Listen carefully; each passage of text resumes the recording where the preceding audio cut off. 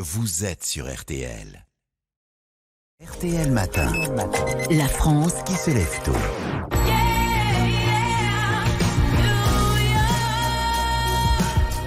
Nous allons donc à Bruges. Oui. Ou à Évreux. Allez, non, forcément New York, vous l'avez compris. Bonjour Quentin. Bonjour Quentin. Bonjour Marina, bonjour Jérôme. C'est le soir pour vous. C'est le soir, il est 10h30 quelques. Quentin, 28 ans, à New York. Qu'est-ce que vous faites là-bas? Vous êtes en vacances? J'aimerais bien, non, je travaille. Vous travaillez, vous faites quoi? Je suis restaurateur. Bien. Je suis restaurateur. Vous avez monté votre affaire à New York? Alors c'est la deuxième là que je monte aux États-Unis. Enfin, c'est une affaire que j'ai rachetée. Oui. Là, il y a en mai dernier restaurant japonais. Ah, restaurant New japonais, York. comment ça se fait? Japonais, vous connaissez un petit peu ou c'est l'opportunité? C'était un peu les deux en fait. J'ai ma sœur qui a vécu très longtemps au Japon, donc j'ai visité, j'ai pris des classes de cuisine il y a 6 ans, quelque chose comme ça maintenant. Et donc j'ai déjà un restaurant français en Floride et je voulais développer un peu autre chose. Et par amour, je suis monté à New York. Et l'occasion a fait le larron. Eh ben dis donc, à 28 ans tout ça? Ah oui? Un petit peu. Et alors, c'est facile comme ça de monter un restaurant aux États-Unis? Alors, c'est plus facile qu'en France, parce qu'on est beaucoup moins assommé de charges. Oui. La création est beaucoup plus simple. Si vous voulez, on fait des papiers.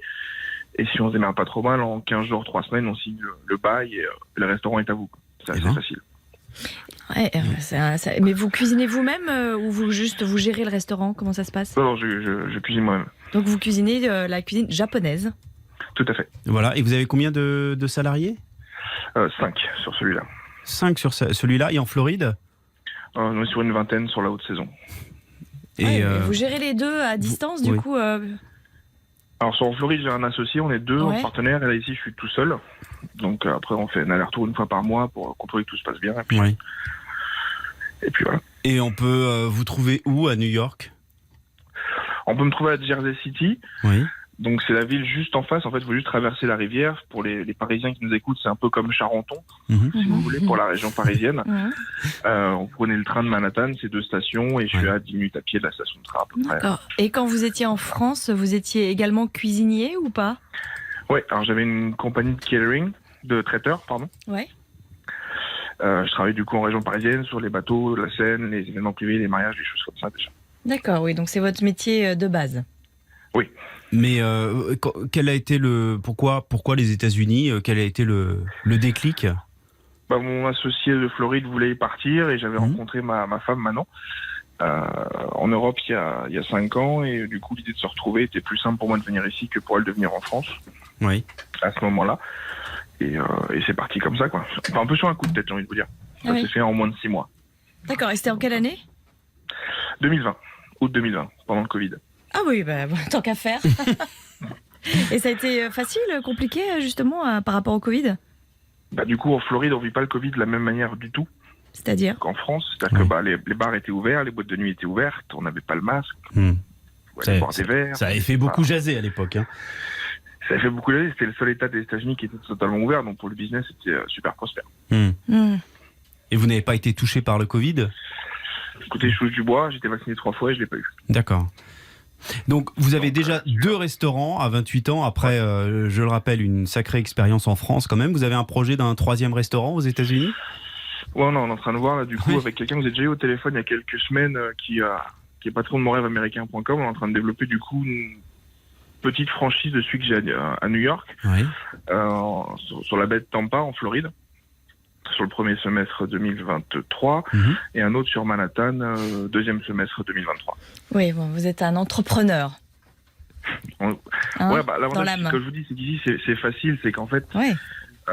il y a des fonds de commerce à acheter, mais sinon des fois il y en a pas. C'est-à-dire qu'en fait, le propriétaire veut juste louer son bail. Donc vous arrivez avec 3 mois de loyer, vous mettez un frigo, vos plaques, etc., puis vous démarrez, quoi. Oui, mais après, faut que ça fonctionne. Quel genre de cuisine vous allez faire justement dans les restaurants que vous voulez monter? Là, en fait, on va juste dupliquer ce qu'on fait déjà à New York. En fait, on fait D'accord. l'onigiri. Donc, c'est un snack traditionnel japonais. Au Japon, c'est vendu dans les supermarchés 24 heures sur 24.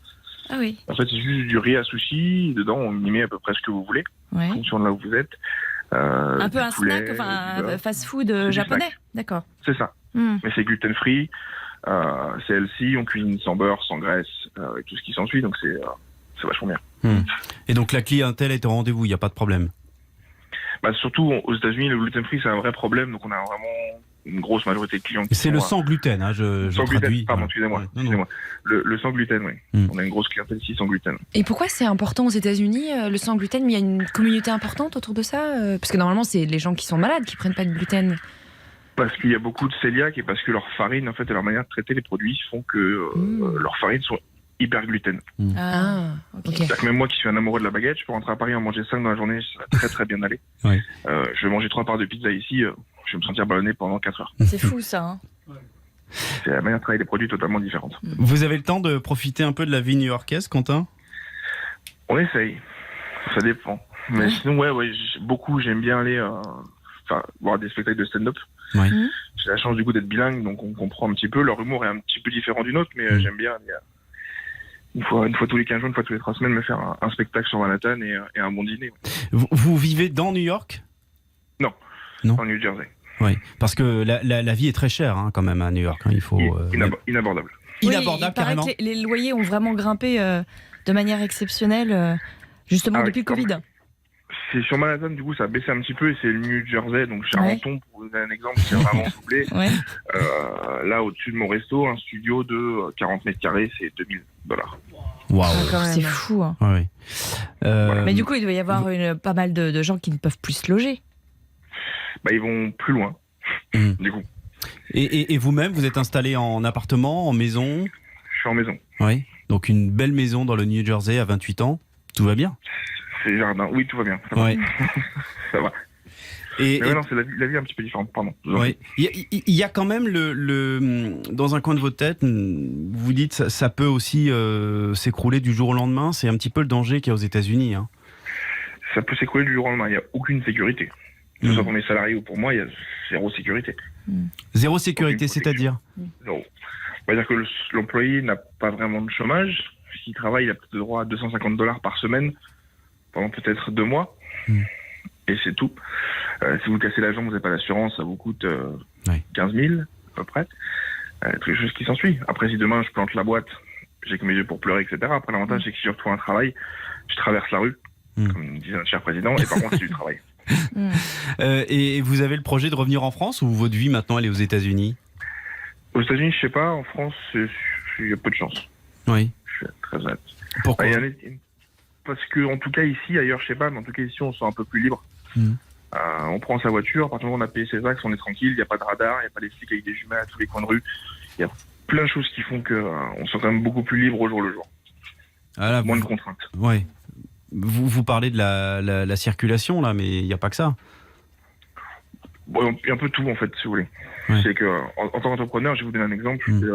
Là, depuis que j'ai racheté le restaurant en mai dernier, j'ai reçu un seul courrier de l'État pour me donner mon taux de chômage et mon taux d'assurance maladie à mettre sur mes fiches de paye, et c'est tout. Oui, vous J'ai êtes payé mes pas. taxes tous les quadrimètres. Oui, l'administratif, vous qui êtes entrepreneur, du coup, c'est un vrai plus aux États-Unis. Bah, c'est un courrier par an. 2, allez. Bah, ce que je veux dire. Oui, bien sûr. Mais c'est connu pour ça, oui. Donc ça laisse la chance d'entreprendre. Et après, voilà, l'avantage du travail, pour nous comme pour les salariés, ils sont aussi libres de partir, qu'on est aussi libres de les virer. L'avantage, c'est qu'on pourrait être attractif en tant que patron, mais je veux qu'il reste attractif en tant que salarié aussi. La vie new-yorkaise est trépidante, elle est rapide. Vous êtes adapté à ce rythme fou? On n'a pas le temps, en vrai. On n'a pas le temps, On c'est-à-dire? n'a pas le temps. C'est encore plus rapide que Paris. Ah oui. Ouais. Oui. En termes de mode, en termes de site, ça a ouvert, c'est super, mais 3 semaines après, si tu es pas allé, c'est déjà fini. Ouais. Il y a plein de choses qui sont vraiment en deux vitesses. Ouais. Quentin à 100 à l'heure. Bah, c'était passionnant de vous écouter. Merci, on vous souhaite bonne de la réussite. de la réussite. C'est déjà bien Merci parti. beaucoup, c'est très gentil. Et bonne chance dans vos projets de futurs restos. Et Merci, puis, juste pour ceux qui veulent nous suivre, on est sur Instagram, ça s'appelle Coro Rice Bowl Café, donc Koro. ouais. Et voilà, et peut-être qu'un jour on franchira à Paris, on sait jamais. Ouais. Ah bah, très bien. Koro, Koro, Rice Bowl Quentin. Café. Hein. Rice Bowl, c'était quoi? Café, c'est ça. Ouais, c'est ça. Voilà, pour le café. Très bien. Pas ras-le-bol, Merci. Bonne soirée à vous et bonne continuation. Merci Jérôme, merci Marina. À Merci bientôt. Quentin. Merci beaucoup, Au Quentin. revoir. Au revoir. Et si vous voulez participer à l'émission, n'hésitez pas à nous envoyer un mail sur rtlpetitmatin@rtl.fr ou un message sur le groupe Facebook de l'émission.